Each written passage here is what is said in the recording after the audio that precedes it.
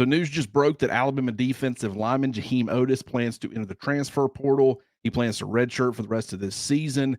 This comes after he did not see any action against Vanderbilt on Saturday, which means he had only played in 4 games. He can redshirt and continue to have, I guess, 2 years of eligibility remaining with wherever he ends up. But I just wanted to hop on here and talk to you guys about that real quick, what that means for Alabama's defensive front, defensive line.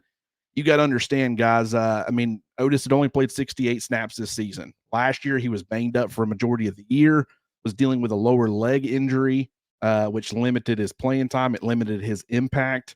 Didn't, participate at all in the spring, and really just hadn't been a huge part of Alabama's rotation. Like, they have a lot of guys up front. Tim Keenan, Tim Smith. Definitely seemed like James Smith had jumped him on the depth chart. Damon Payne was getting a lot more action than him.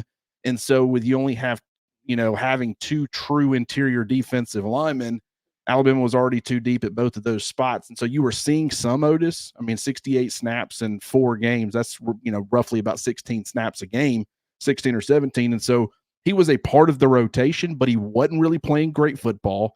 Kane Womack, when he was asked about it, he did mention that he had been dealing with injuries. I don't know if that was current or more of a, referring to last year and referring to the fact that he missed a lot of the spring. But at this point, Alabama's defensive front, with the way that it played against Vanderbilt, or at least most of the guys, a lot of fans probably aren't going to be happy with this news. They also aren't going to be happy with the fact that I'm probably saying that Alabama's fine relative to, you lose a guy like Jehiem Oatis and where we thought he was going to be as a player. A lot of people are probably going to be upset with the news, but you just got to understand, regardless of what we thought he was going to be, he had not been that. And Alabama had kind of moved on from, at least, his playing time. He wasn't seeing much action. You had 4 guys ahead of him. So the rotation remains deep. And at the end of that game, you ended up even seeing Edric Hill, I think, get 3 or 4 snaps at the end of that game. You might see more of him moving forward.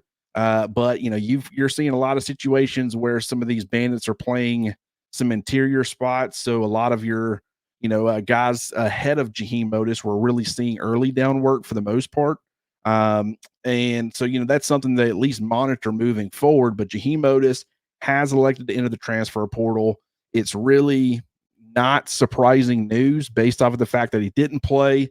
It's not surprising based off of the fact that he's had such a limited impact in the first 4 games of the season.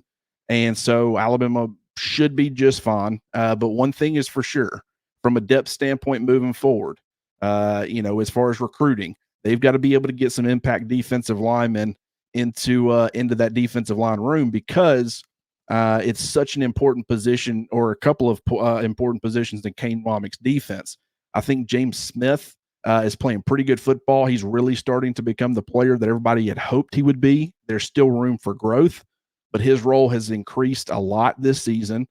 He's making a big impact. He's getting in early in games. And then also Damon Payne, despite the fact that he had a couple of really rough reps against Vanderbilt, he has been providing really good rotational snaps for Alabama's defensive front. And then you got the 2 starters, Tim Smith and Tim Keenan.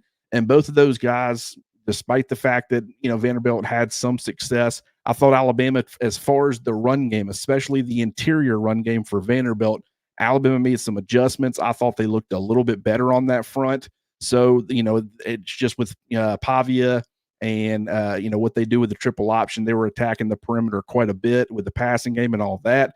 You're not going to see this interior group make a huge impact as far as rushing the passer. They're not those guys. They can collapse the pocket a little bit. That's great. But they're not, Jonathan Allen type players. They're not Quentin Williams type of players as far as their interior pass rush. But they still got some depth there, and I think they're going to be just fine with or without Jehiem Oatis.